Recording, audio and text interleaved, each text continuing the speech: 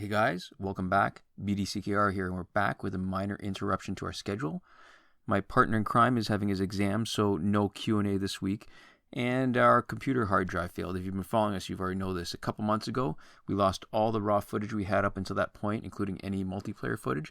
So for a change of pace, you're getting a multiplayer video of our current favorite team that's only a minor variation of our most recent Justice League team, which we'll link in the description. The minor tweak is Flashpoint Batman. The last Justice League team had Gaslight Batman as the basic damage dealer, as an intentionally weaker team, and we all know that Flashpoint Batman is a better and arguably the best basic damage dealer. Same gear loadout, Astro Harness, plus 2 basic damage boosters, with 1 having boosted crit chance too. So we saw on the opponent's team, Arkham Knight Catwoman is always dangerous because her damage over time won't rinse, but she's got Astro Harness, which I love facing with the Justice League team like this, because you tag in, you make sure you wait a moment to get Wonder Woman's second bar of power completely, and then you repeatedly do special 1s. So when I first used this team, I always used special 2 because I was used to doing that against non-Astro Harness, right? But if they don't block, a special 2 builds up more power for the opponent, so special 1 does less. You can still do it 3 times against a fully evolved Astro Harness, so that when the first invulnerability is finished, you still have a full 2 bars of power. And yeah, so now we've built up 3 bars of power for everybody. And if you time Superman's second special 1 right during the skulls, there you go. We see the animation for all his other gears getting shattered. So that was a lot of fun. And Ares isn't really much of a problem. So, I mean, if we're talking about this team, N52 Wonder Woman, like always, she's got Tantu Totem, Master's Death Cart, and Ibis Stick to come in with 2 bars of power, or at least get there really quickly, even against a power dampening team. Man of Steel, like our most recent Justice League team, in order to leverage, or hold on, let's see who we've got here. So, Raven. All right, so let's talk about Raven first before we get into the sort of general principles of this team. Raven's an interesting problem. Depending on her health and how much damage Wonder Woman does, we may trigger her passive. And that's usually okay, because if we don't get lucky, where one of Wonder Woman's special 2 hits does enough damage to bypass her passive, right? So Raven's health is never between 0 and 10%. Her passive never triggers. Then if it doesn't happen, if it triggers a passive, we'll tag out and come back later. However, she starts with enough power to do a special like she does here with Razzle Glow Scimitar. Then the danger is that if we don't knock her out, Raven does a special before we can tag out, and Wonder Woman gets knocked out because her health drops down to less than 10% from Raven's passive. So the 2 strategies are, you get Raven to use her power before you tag in Wonder Woman, which is what we did here in this fight. If you just stand and block, she'll do some basic combos first, so we have to take a few swings at her. The alternative is to get Raven to use her power after you tag in Wonder Woman, but before you use her special 2. And ultimately, we didn't need to worry in this fight because her passive did not trigger. And it turned out okay anyways. And if you looked at it, based on the damage that Batman just took on the tail end of Wonder Woman's special 2 when he first tagged in, he isn't geared to take no damage, but he was protected enough by his passive, so we still needed Wonder Woman's teammates to finish him off. Now, this fight, nothing particularly dangerous looking about the team composition. So, Man of Steel, like our most recent Justice League team, he's there to leverage N52 Wonder Woman's power generating passive, right? Because his passive means that there's a bunch of times where he may not need to use any power when he does a special.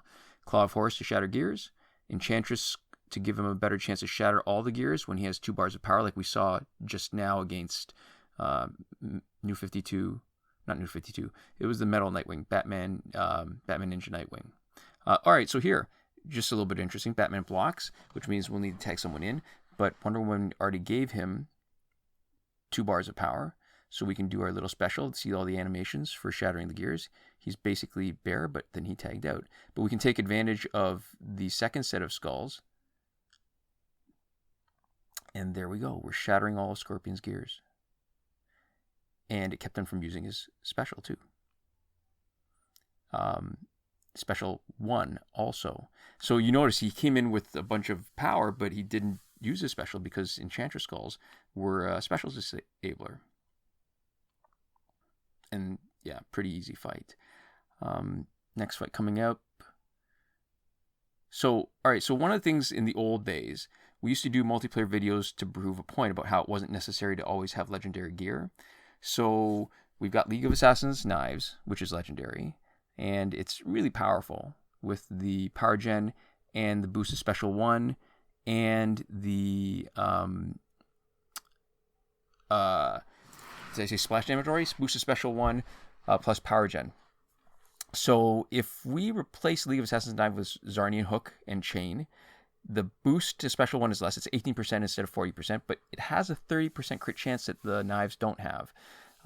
We also lose splash damage, so on the balance, it's maybe a little bit worse, but it's close enough that this team will be just as effective, and what you're doing is reducing your gear score by 100. And again, that probably doesn't matter. Most of the time you just want to win, but I like to prove the point sometimes that you don't always need the highest legendary gears to make the difference. And in this fight, so Doomsday has Astro Harness and a bar of power from Razzle Ghoul Scimitar, so it's tempting to let him blow his bar of power before tagging Wonder Woman, but then we lose that first invulnerability that is our opportunity to give her teammates a bar and a half and still have 2 bars left when his invulnerability is finished. So if you time it right, you can do her special 1s before the opponent, before Doomsday even has a chance to use his power. The danger is when the invulnerability is over and there's a higher chance that he takes that sort of gap to use his special, which he normally wouldn't when he's actually invulnerable. The beauty of it is now, so Man of Steel Superman tags in with almost 3 bars of power, and the only time Enchantress Skulls doesn't work sometimes is when the Astro Harness is giving you an invulnerability. Superman. All right, that's too bad. We didn't take advantage of Skulls. So he's out of power, so he can't take advantage of the Skulls. However, Wonder Woman can. And you don't even notice this because his invulnerability kicked in. But it's actually pretty useful when the Phantom Zone event is on because it gives you the chance to, if you have the task of doing, 120, I think, damage over time effects, you can do a lot of them all at once. Yeah, and so Batman usually isn't necessary, but if we need him, he's there. He was able to kill a bit of time until we could get Wonder Woman back in to finish off Zod. All right, so another Astro Harness, gotta love it. Lets us generate a lot of power. Blackest Night Flash is a potential problem because the damage over time from Ibis Stick, which Wonder Woman has, can give the Flash power and health. So we have to be a little careful, especially if he has a revive, which he does not have here, right? Because he doesn't have the teammate, Blackest Night Hawkgirl, to give it to him. And he doesn't have any gear that's going to give him a revive. So what else? I don't think this is going to be a big problem. So let's generate a bunch of power. 1, 2, good, he's blocking, he doesn't get power from that. 3, vulnerability should be over and we should have 2 bars. 4, not quite good enough to bring him down to his invulnerability, so we're only giving everybody 2.5 bars. All right, and that's 1. And there, all his gears are shattered, so it wouldn't have even mattered if he'd had a revive from his gears because they're all gone. And so are all his gears. Nice.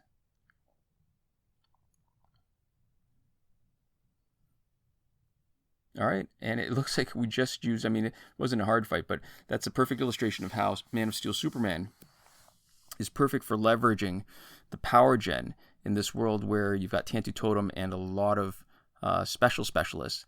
We're using his passive to leverage her passive and Tantu Totem to do way more specials than we should have otherwise. So fight 6, Batgirl's got her classic loadout, right? She's dangerous with her special 1 that stuns at the first part and Necron Scythe to boost stun damage. But hopefully it won't matter because we're going to bring in New 52 Wonder Woman. There's no reason she should survive the first special 2.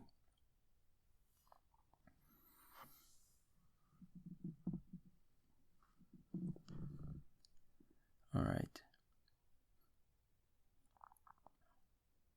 And team isn't different than most of our other Justice League teams. I mean, the big sort of constant is N52 on. All right, so what we just did there was we were unsuccessfully trying to do a special 2 before he stole our power. I mean, we could have tried blocking and survived and kept some power, but it still wouldn't have been enough to do 2 of them. So let's just destroy all his gear. That's too bad. Tagged out for us, too early for us to take advantage of it. All right, so Batman's Astro Harness obviously acts as a counter strategically to Raven's, not like an actual counter.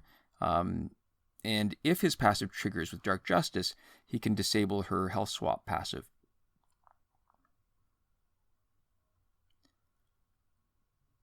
But it clearly didn't this time. Oh, and now we are going to have a little bit of trouble. That was quite unlucky. We want to build it to a second bar instead of using 1 bar for a special 1, because there's a huge advantage to being able to do a second special with him. And now we're going to do even more. And this is where you really see the beauty of this loadout for Superman, right? Raven just tagged in with 3 bars of power. It's one-on-one fight. We don't have enough health to survive her super. And we completely stop her from using any of her power. And we shatter her gear for good measure. And yeah, he's a pretty good offensive force on his own. That was probably the best demonstration of why this team works so well. All right, Final Fight 7. I guess it's going to be a little bit anticlimactic. Main issue here is Killer Frost has power damping. So if Wonder Woman tags in, she's more than 1 heavy swipe combo away from her second special, or her second bar of power. But the boost from Ibis is enough to get us there with only maybe 1 or 2 more hits after a full heavy swipe combo. Right, so we'll come in, we'll try to do a combo while we... All right, so there, see, we're pretty close. We just need to do maybe a couple more hits. There we go, we've got the bar of power. We don't mind if his passive triggers and he comes and knocks us because we know enough to block. Oh, and perfect. Astro Harness, we're going to build up some more power for Superman so that we can disable Killer Frost's unblockable special 2 if she comes in with it.